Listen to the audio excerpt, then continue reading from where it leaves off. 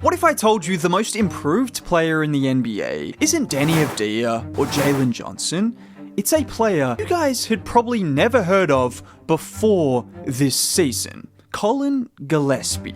Colin Gillespie has gone from someone who scored 280 points during his first 2 years in the NBA to having scored over 400 points and counting halfway into this season. He's gone from a garbage time player in Denver, someone who didn't play the first 40 games of the season for Phoenix last year, despite them needing a point guard, to their starting point guard and one of the most underrated players in the entire NBA. Number 12. He's pretty good at basketball.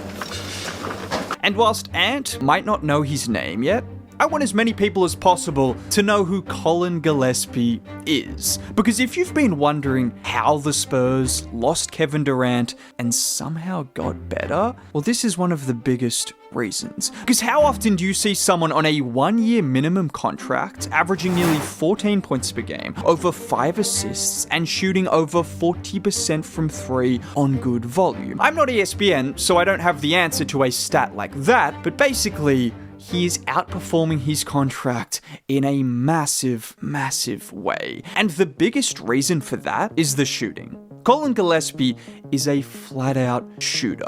Off movement, pull-up shooting, catch and shoot, it doesn't matter. You name it, Colin Gillespie is going to knock down threes at a consistent rate for your team. And we all know the value of shooting. I mean, not only is it the most efficient shot in basketball when done well, the spacing it provides, the playmaking it then opens up for him as a passer, there are so many reasons his shooting is valuable. And for him as a point guard, and in particular an undersized point guard, the most important aspect of his shooting is the pull-up shooting. Because we've seen it this year that teams are daring Colin to make those threes when his big man sets a screen for him. They aren't fully playing at the level, and he's making them pay on a consistent basis. Like here against OKC, where he gets the screen from Mark Williams, and with Chet backtracking, he just pulls up and hits that three. And one thing about Colin, he's not shy to take those 3-pointers. He will take them from well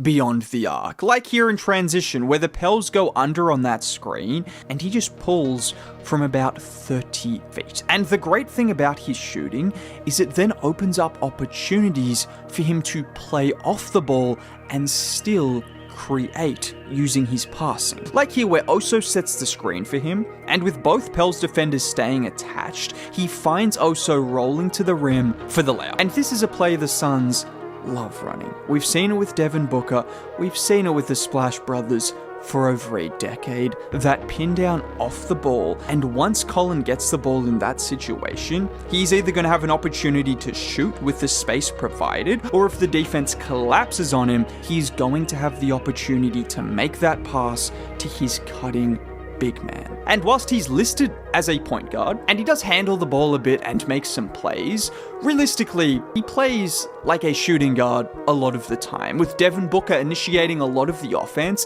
and Colin's ability off the ball to still playmake being so crucial for him playing alongside someone like Devin Booker. And good news for Suns fans, this isn't a fluke. He shot nearly 39% for his 5 years in college, including shooting 41% his last season. Even in the limited minutes last year and the year before, he has always been able to knock down threes at a consistent rate. I guess teams just didn't think he would be capable of doing anything else. And you might wonder, what prompted Anthony Edwards to say what he said earlier in the video? Number 12. He's pretty good at basketball.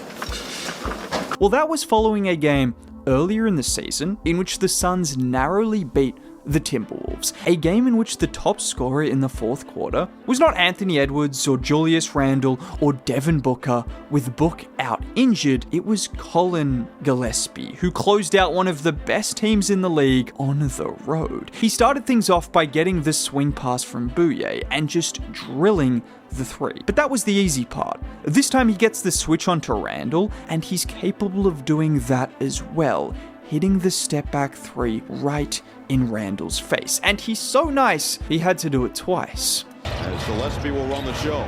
So it's Gillespie. Oh, the fend off. Gillespie, bullseye again. And like any good point guard, which Colin absolutely is, not only was he scoring during this period of time, but he was also setting up his teammates as well. Like here where Oso sets the screen for him, Nas loses him for a second, so Colin slips that pass into Oso, allowing him to get to his spot and hook it in. If you want any idea as to how much they respected him, look at the pressure on him with McDaniels and Dante both aggressively pressing him, trying to force a turnover or the ball out of his hands, and he does so well to recover after fumbling for a second before finding Goodwin, who gets to the rim. With no Devin Booker on the road against an elite team, it was a 6'1" undrafted guard who at this time last year wasn't even playing in garbage time, closed out the Minnesota Timberwolves. And if that's not the most improved player, I don't know what is. And again, that was a result of him being an elite three-point shooter. And he's not just an elite three-point shooter either. Now, I'm not about to tell you he's Kyrie Irving attacking the rim, because one thing Colin Gillespie is not good at is finishing around the rim. I mean, given his size, his athleticism, it's a hard battle for him to win. And you might have seen this clip surface. Comes up with a steal.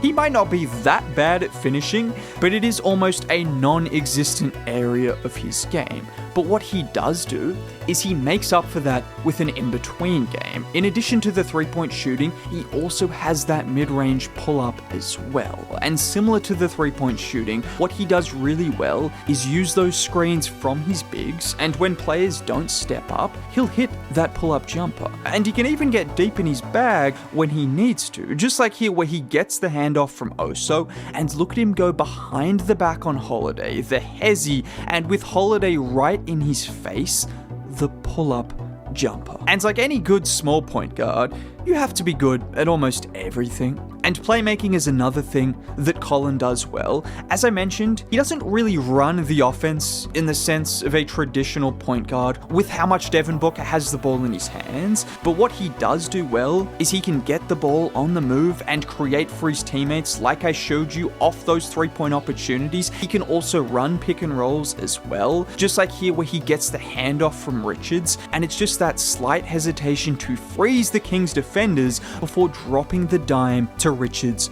for the dunk. And I only expect him to get better and more comfortable as a playmaker. Because let's not forget, this is effectively his first real season in the NBA. Yes, he's 26 years old, but there is still NBA experience that he has to gain, and you can see with every passing month, he seems to be getting more comfortable and better at almost everything. And for someone on $2 million a year who was not playing this time last year, this to me is the most improved player in the NBA. And this is one of the best stories in the entire NBA.